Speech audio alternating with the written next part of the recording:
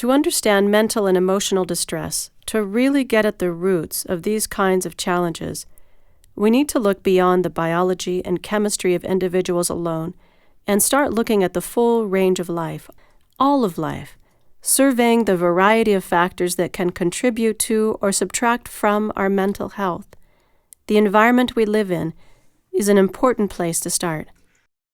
We're starting to come back to recognizing that when people suffer, they are a sign that something's not right in our environment, something's not right in our organization. There's been some sort of injury to their humanity.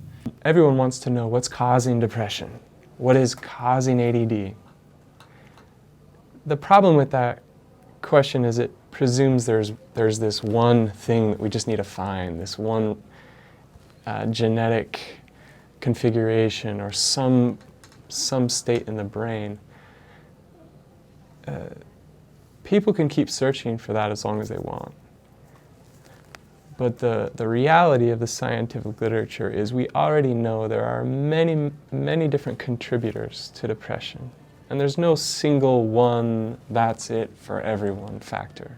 We, over the last year, have done our own review of the risk factor literature.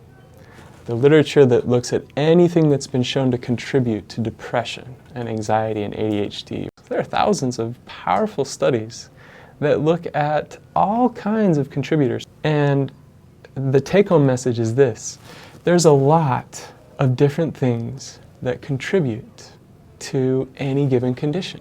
It's not a single thing. There's no single thing that is the cause. There's lots of different things. There's a smorgasbord of contributors, just like there's a smorgasbord of options. In addition to trauma, there are a variety of lifestyle factors that may contribute to mental and emotional distress. When babies are grumpy and struggling, for instance, we naturally assume they need sleep. But how often do we do the same as sleep-deprived adults? It's easy to overlook the role of lifestyle patterns in our own situation.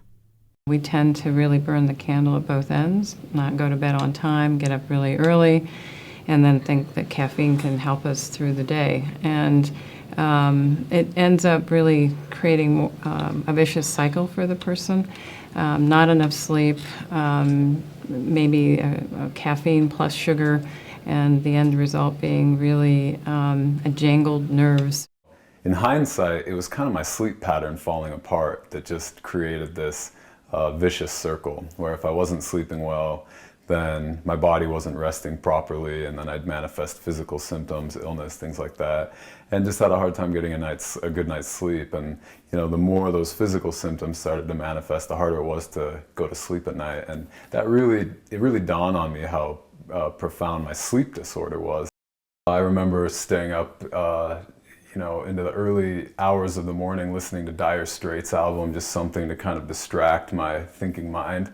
It was really, I think about this, you hear about the Chinese torture of strapping someone to a chair and just dripping water on their nose. And it's not so bad the first day, but after 5 years of that, someone can start to go crazy. I think the insomnia was a manifestation of just the general anxiety that was in my life. I think the insomnia was a symptom of something even deeper than that, and it manifested as sleep disturbance. On a broader level, the impact of social and cultural influences may also be playing a role. Referring to the non-stop interactivity in our current media environment, a neuroscientist at the University of California, San Francisco, recently warned that the societal shift in this direction over the last several decades is, quote, one of the most significant shifts ever in the human environment. We are exposing our brains to an environment and asking them to do things we weren't necessarily intended to do. We know already there are consequences, end quote. Not that technology is innately bad, but that we're not really viewing it as something that we utilize. It's kind of driving us instead of us deciding what aspects of our life that it's helpful for. And I think having some recognition of the effect that it's having on us is important so that we can mediate it a little bit. Another neuroscientist similarly cautioned that our brains are being massively remodeled by our ever-intensifying use of the web and related media.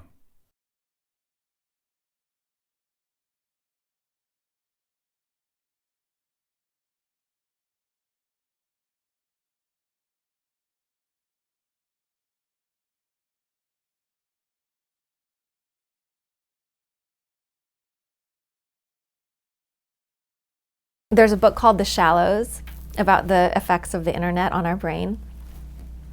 And it talks about how our attention span has really changed and that it's harder to read a book, for example. And so I got this book, The Shallows, that is about this, and I'm on page like 30 after 4 months or something, and I can't read the book. And it's kind of a joke between Chris and I right now that we can't read anymore.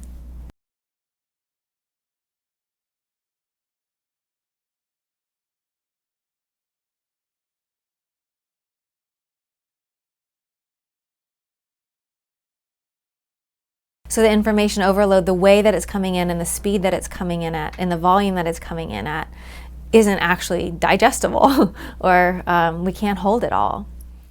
I'll look at headlines, I'll read through Time magazine and look at headlines, but there's something about the speed of things and the level of information that I just can't take any more in at the end of the day.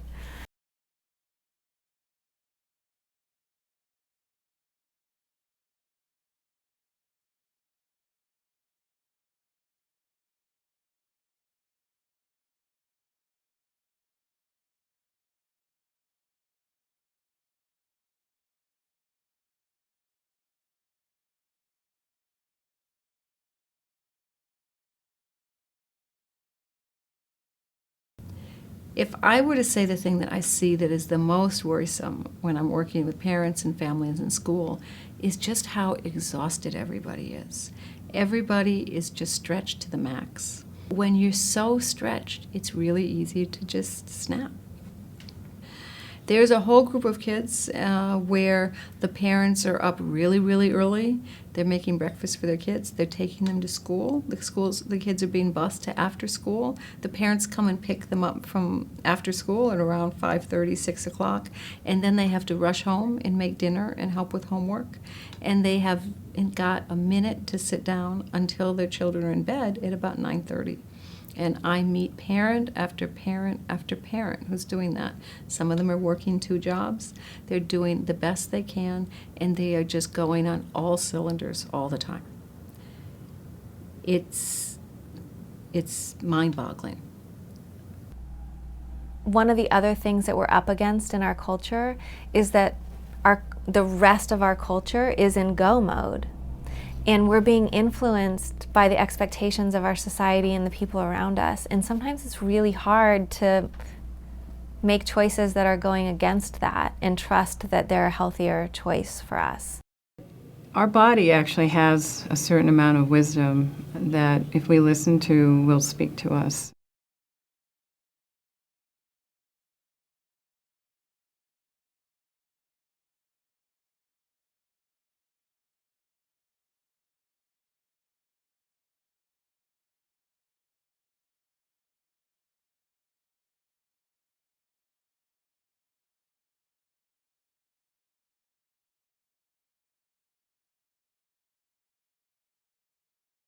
Part of this work really has to be the work of self-compassion,